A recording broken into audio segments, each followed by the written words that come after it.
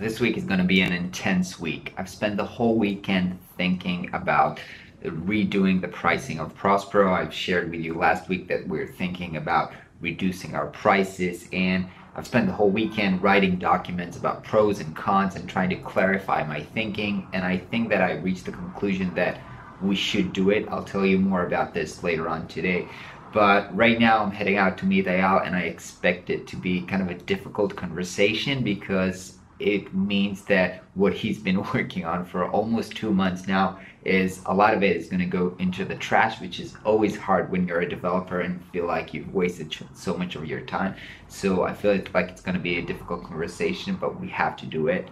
On top of that, it's going to be a crazy week. I got so much client work to deliver and it kind of stresses me out. Plus, I almost didn't sleep tonight because my son kept waking up every hour, and so I'm like, But I gotta go out. I'll try to catch up on a little bit of meditation in the park. Perhaps it will kind of freshen me up, and then I'll try to rock and roll this day.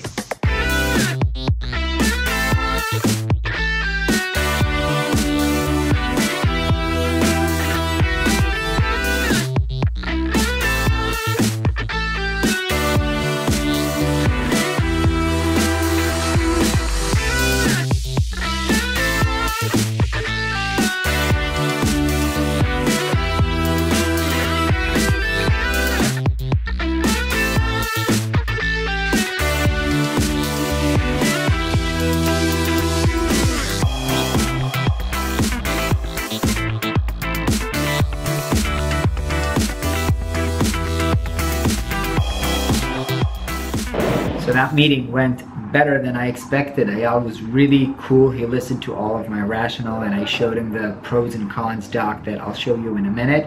And eventually we both came to the conclusion that it's probably something that we should do. So let me go over with you how I'm thinking about it. And again, for those of you who are not into it, our product Prospero currently costs $25 per month, and there's also a credit system, kind of a pay-as-you-go. And the feedback that we got from a really reliable person last week was that we should dramatically lower our prices to somewhere around $5 or $7. So here's how I was thinking about this. I thought about what are the best things, what are the good things that can happen if we do this.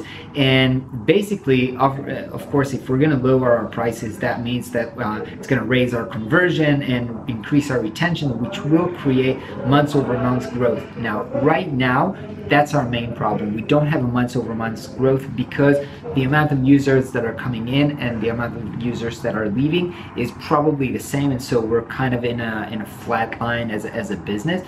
And our main goal currently is to start growing organically with the customer acquisition that we have at the moment. We have organic stream of people coming in, and we want to see our business grow that way.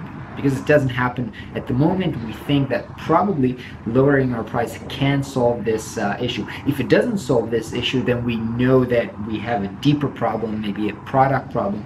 And so even knowing that we have a different problem is a good thing to know. And so that's one of the biggest values of trying this approach. Also, it will open us into a more, let's say, markets that don't have a lot of money, like India, Brazil, and Africa, where it will make our product much more affordable.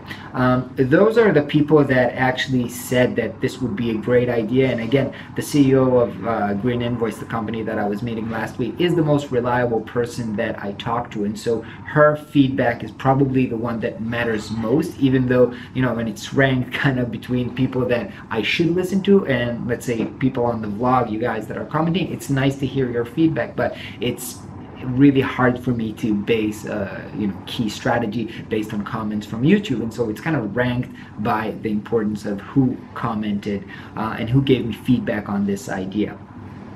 Basically, the bad possible outcomes of lowering our prices, the most critical one is that we're going to lose profitability, because right now we are profitable. The money that we make from Prospero is more than the money that we spend for running our business. And if we lower our prices, we might lose that, because each customer will be valued less. That means that possibly we'll run out of money. We do have some money in the bank right now, but if that happens, that's kind of a risk, and I was thinking about how to avoid that risk as well, because we want to keep working as a business, and so we can't just make it free or lower our prices in a way that will make our business unsustainable.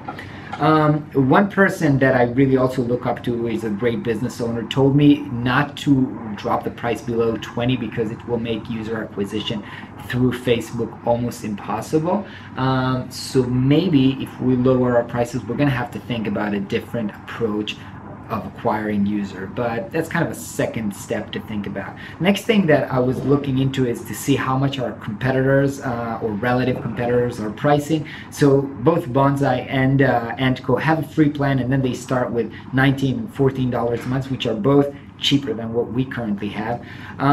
But other comparable prices are other services that freelancers use, such as FreshBooks or Zero, and those also are cheaper. And think about that, we only do proposal where other services do multiple things, and so maybe at this point, yeah, I know we're gonna add features later on and hopefully charge more money, but at the point where we are right now, where we only do proposals, probably we should charge lower than them. And so those are the pricing comparison. I also sent on a survey on Thursday regarding, I read a couple of months ago kind of a book about pricing SaaS companies, and it suggested kind of a survey to ask people which price would be too cheap, too high. So these are the results of this survey. I'm not going to go in deep into that, but what you can see here is that the prices between 5 to 7 and 10 are probably the most reasonable and probably will work best for us. And so eventually I came down to thinking about two situations. One where we have a $7 monthly plan and a yearly plan for $70, which translates into $5, almost $5, a little bit more per month, or just going with an annual plan of $70. And I think we came to the conclusion that we'll go with the annual plan because it will help us solve that cash flow problem that I mentioned before, because each new customer will pay for the whole year ahead, and that will mean that even if we have less customers signing up, the money that we'll get from them will be enough to pay our bills, and that's critical at this point in our business. Anyway, so we did spend a lot of time discussing this, but again, I was super accepting, I would say, because it's really hard mentally. We were just working on the pricing and now redoing everything, including giving away some of the code that we did. It's a pretty hard thing to do, but it seems that we will start working on it pretty soon, hopefully to launch it at the beginning of December. It will also allow us to have kind of November with the current pricing model, so we can see which one works better. So basically I feel much better than in the morning, kind of I got a good vibe from this talk and I'm feeling positive right now.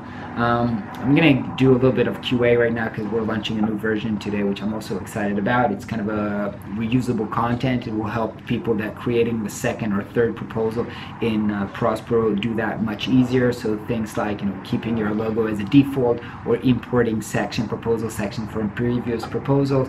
We had that feedback from our current paying customers, and so we're implementing that right now, pushing it live. I'm excited. I'm gonna see that it works well.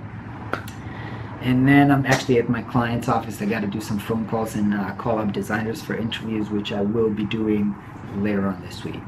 Anyway, hope you guys have a great day, and I will catch you tomorrow.